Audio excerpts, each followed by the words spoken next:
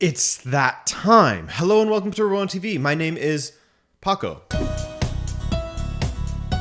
And this video is one that some hold near and dear to their hearts. We human beings all love being hindsight merchants. Some more than others. I'm looking at you, the ones who say, man, it was so obvious that X is gonna beat Y. But we all love a little basking in a little hindsight. We all love a little brag and we all love a little bants. That's the point of reacting to predictions. Are the stakes high? No, not really. I mean, the public opinion is set already in that I'm not good at predictions, and that's not wrong. This is always very fun to look back on. Let's get started with Real versus PSG, and these predictions were published on February 9th, by the way, in case you want to time machine back in time. Neither side is in their best form at the moment and could potentially be missing crucial players, which makes it all the more difficult to call. They're pretty even right now, with Ancelotti and Real Madrid's pedigree in this competition as an X factor, while PSG have Messi. A Messi that would love nothing more than to end Real's run in this competition, coupled with an Mbappe that will be a huge test for Real Madrid's sturdy defense. Yeah, so Benzema wasn't around at this time. It was touch and go whether he would make it, which he did, kind of. The first leg was forgettable. He was barely even there. And the boy Kylian truly tested that back line over and over again. But for me, Real Madrid's experience with Ancelotti at the helm, the addition of Alaba, I think they'll just edge this one with the help of a returning Karim Benzema. Guys, I'm not going to sit here and say I told you so. I'm not going to sit here and say that I absolutely nailed that one and that I was spot on with Karim Benzema returning to guide them through. I'm not going to do that. I won't acknowledge it too much beyond saying that one was correct. And we move on to Sporting versus City. City for me will be advancing as I think Sporting will fight valiantly and make it difficult at times, but it's just a bridge too far for them. There's no shame in losing to Manchester City, is there? Okay, we're done with false modesty. I can't pull that off for too long. Look, Sporting fought valiantly in the second leg when it was already 5-0 on aggregate and they were dead already. They really were dealt a tough hand, man. No question there. Probably the toughest team you could be drawn against, to be honest. And City certainly performed like the toughest team. Did I think that City would blank them on aggregate? No. I thought that Sporting would at least score one goal. A single goal. But credit to City and Scott Carson in that second leg for keeping them off of the score sheet without their first choice players, or at least without most of their first choice players. But honestly, with City's squad depth, is there such thing as second choice players in that team? Not really. I mean, I'm being hyperbolic, but honestly, they're so deep. Anyway, so far so good, boys. How are you doing so far? Slamming or getting slammed? Surely you got City versus Sporting right. Right? You didn't? How? What is this world twisted? How did you not get that one, man? I can't believe this. You're just as bad as Adrian from Rabona TV. My goodness. I kid. Nobody is as bad as Adrian, except for maybe Handanovic does worry me a little bit, as well as a lot of Interisi, but enough of the random attack on the poor man. He was a great servant of the club, and that was uncalled for. Prediction, please, Adrian. Serve it up. Liverpool are defensively astute and terrifying in the attack. I think Liverpool will make it through. And they did.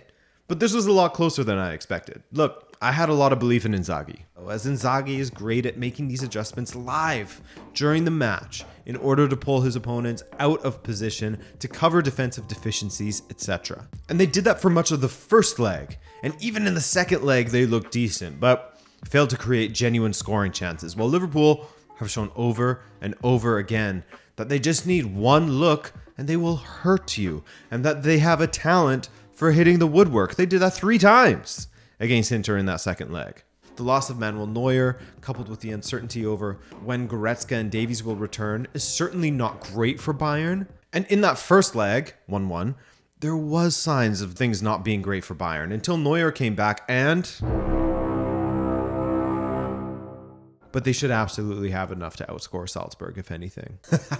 Yes, outscore them they did in that second leg. 1-1 in the first, close call. And then 7-1 in the second leg. That was painful for Matthias Turtleneck Yeisel and Bruce Aronson. If you know about the Bruce thing, you know. Well, at the halfway point, we are at 4 for 4. Those were the easy ones though, weren't they? Except for you. You who got Man City versus Sporting wrong. I can't believe you did that, man.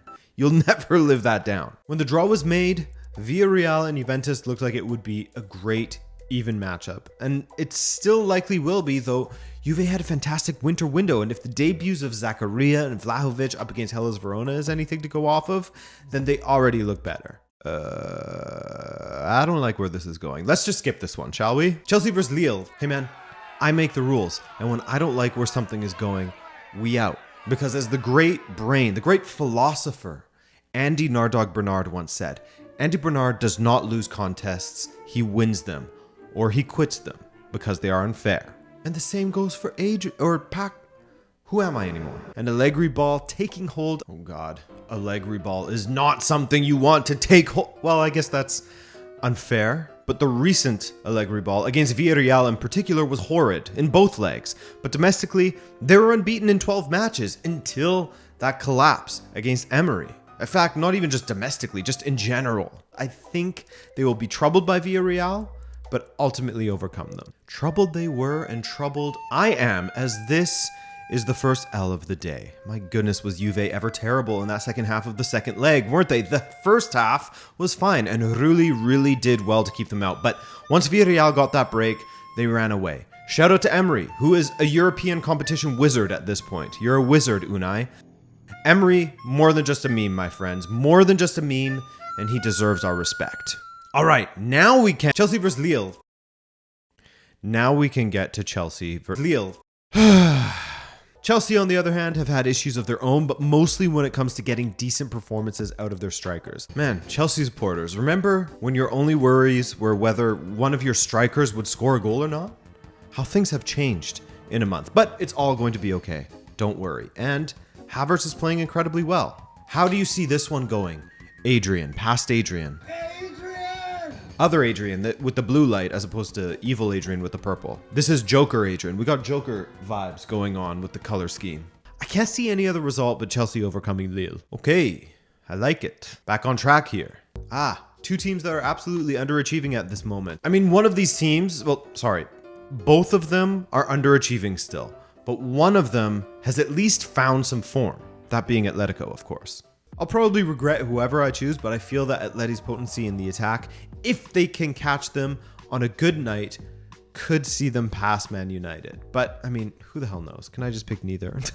That's a dub that doesn't really feel like a dub, but a dub indeed. As Atletico have improved upon their form, big time, and a lot of that comes down to Oblak improving and starting to get back to the Oblak of old. That, plus you add in João Felix, really finding some form while United are streaky deaky eeky. And this outcome just makes sense. All right? One final one. Prediction. Reaction to a prediction. Nightmare time. Or so we thought. Look, even if I lose this one, I've already won. But let's see. Ajax are the real deal, with a talented team that is managed by someone who is no doubt one of the best brains in football at the moment, highly sought after, while Benfica are a frail side with a shaken confidence and an interim manager. If Gil Vicente can hurt us, then Ajax, a team who has scored 3+ goals in over 15 games this season, certainly can. Ajax to go through comfortably. I hope I'm wrong, but I don't see any other outcome. Thankfully, Darwin Nunez, Otamendi, Vertonghen, Julian Weigl, and Verissimo also had a different outcome. And thankfully, Ajax started to hit some poor form at the perfect moment in order for us to take advantage of that and play some horrible football and still make it through in the second leg. It was a very Portuguese performance. It was very Greece 2004. Fernando Santos would have been proud, as would Abel Ferreira, another top football terrorist who has won the Copa Libertadores twice in a row by playing absolute bunker ball. But like I said, even though I got that wrong, I still won. So in total, I got 6 out of 8. And you? How did you do? Man, I still can't believe you got City versus Sporting wrong, man. That's so crazy to me. Anyways, guys, thanks again for coming by. I appreciate the hang. Be sure to drop a thumbs up if you got Sporting versus Man City correct, and subscribe if you're new around here. My name's Adrian, and have a great weekend. Ciao.